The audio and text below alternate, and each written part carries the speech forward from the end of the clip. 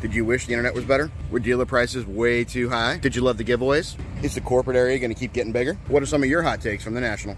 All right, we're going to break this thing up into the bad, the good, and the real about the 2022 National in Atlantic City. All right, let's get the elephant in the room out of the way. The Wi-Fi and internet connectivity in the Atlantic City Convention Center was complete trash. Should you be completely surprised by that? I don't know. Maybe you shouldn't. But doesn't change the fact that buyers and dealers could not really look up comps. Heck, making a phone call out was a challenge. They did have an option you could use. It was like $80 a day for paid Wi-Fi, and that would have connected. There was a way around, though, and I tried to tell some people that if you just put your phone into airplane mode and then took it back out, maybe once every 20 or 30 minutes, you stayed pretty much connected. But the lack of connectivity did leave me with an opportunity that I'll talk about later. Parking was another thing that was absolutely horrible around the Atlantic City Convention Center. Now, granted, you're in a city on the East Coast. Should you expect good parking? Probably not. That's why we chose to stay at Bally's, which was a 15-minute walk straight down one road right to the convention center.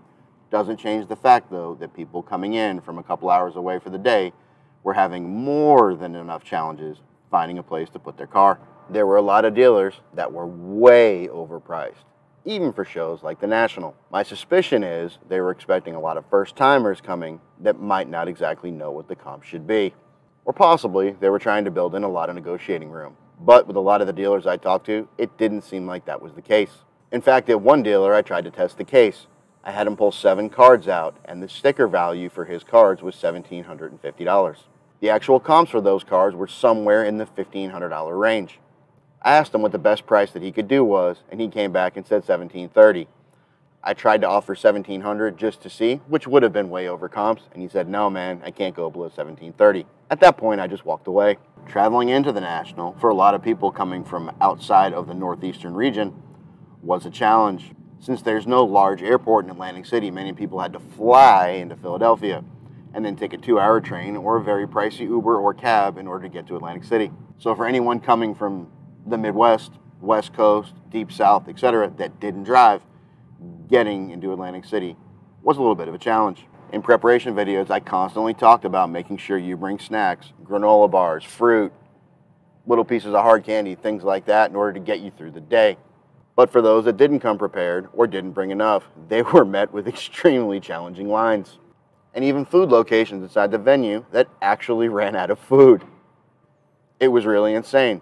And that's not even talking about the prices that we all knew were going to be inflated. People just had a hard time getting their hands on food and water. Look, not everything at the National was bad. I just wanted to make sure we didn't leave the elephants in the room off to the side. There were some really good things about the greatest show in cards. There were a couple of younger kids walking around pulling a wagon. They had snacks and water that they were going through saying, buy your water here, buy your snacks here. I don't know if these kids had business licenses. I don't even know if the convention center knew they were in there. But I love the entrepreneurial spirit of these two youngsters. And believe me, they were always selling out. And aisle space was tremendous. It's hard not to knock it. I mean, I know you still got crowded from spot to spot, but there was a lot more aisle space, in my opinion, in Atlantic City than there was in Chicago. You could actually have 2 people with backpacks looking at cards, and you could walk between them and just walk right between them. That was a huge plus in my book. For all the bad that we talk about with the Wi-Fi problems did create an opportunity, if you were prepared. I came to the show with a list of cards that I was looking to find. I already knew the comps, knew the sell points, and where we stood. With that information, it was really easy to negotiate without ripping anybody off. Although some dealers didn't really want to move at all. But you could walk up to a table and there'd be 5 or 6 people standing there trying to get signal with their phone to get a comp on a card. I'm able to step in, give them an offer, take the card, and walk away. Now, it might not have been the card they were looking for. I don't know. But all I know is this. I knew what the prices were, and I knew what was willing to pay, and it made negotiation fairly quick, fairly easy, and fairly painless. So in a weird way, the Wi-Fi did give you a leg up. There were a ton of kids, teenagers, and younger people at the show. That bodes well for the sustainability of this hobby. That's of course assuming we can tame prices and stop the crazy capitalism that exists in retail. But nevertheless, seeing a lot of kids and talking to a lot of first-timers at the National and the level of excitement that they were showing just being at the show and being blown away is a good sign for the long-term growth or sustainability of the sports card hobby. Giveaways at the Nationals seem to be at an all-time high. A lot of that may have had to do with a lot of new companies and expanded growth in the corporate area. More on that in a little while. But the giveaways, promotions, and freebies that were available at the National were great for all collectors, but especially budget-conscious and younger collectors.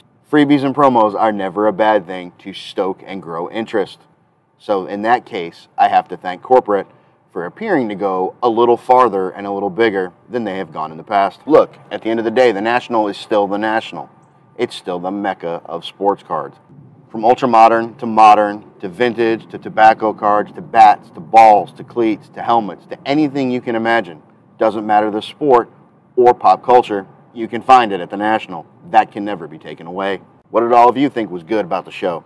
Leave a comment down below and let me know. Now let's get to what I'm calling the real. The corporate sections of the National are only going to get larger and larger and larger as the years move forward. I would argue this year there were probably 20 to 30% more floor space taken up by corporate setups than in previous years. You can argue that's bad for taking away space and time from dealers that are traveling in to sell, or you can say it's good because more companies are investing in the space and more money is flooding into the hobby. Either way, there's no way to expect anything other than future growth and a larger footprint of corporate at upcoming Nationals. There are a lot of people coming to the defense and criticizing Atlantic City. Many are pointing to COVID, economic downturns, inflation, etc., etc., etc. But to me, the reality is Atlantic City today doesn't look too far removed from how it looked 20 years ago. Sure, the resort properties have changed. Some have gotten bigger, some have been replaced. The Taj is gone, Ocean is here, etc., etc., etc. But if you get a block from the boardwalk or from the bay, to me, the city doesn't look much different than it ever has. Atlantic City has never been a clean city, but then again, most large cities aren't. Atlantic City has never been a super up-to-date city, but a lot of big cities aren't. Look, the casinos bring in the majority of the lion's share. That's pretty much what this city is for. And yes, there has been an impact as gambling has been legalized in other states. A lot of people that work in these casinos make pittance, and that's a problem when you're trying to sustain a livelihood. This is not an indictment on the people of Atlantic City, just the reality of a resort city once you get past the properties. A lot of the regular neighborhoods and people that I dealt with and talked to in Atlantic City remind me a lot of growing up in the boroughs in New York City. I met a lot of awesome people there that live and work in a melting pot that is Atlantic City. But then again, all of this have just been my thoughts.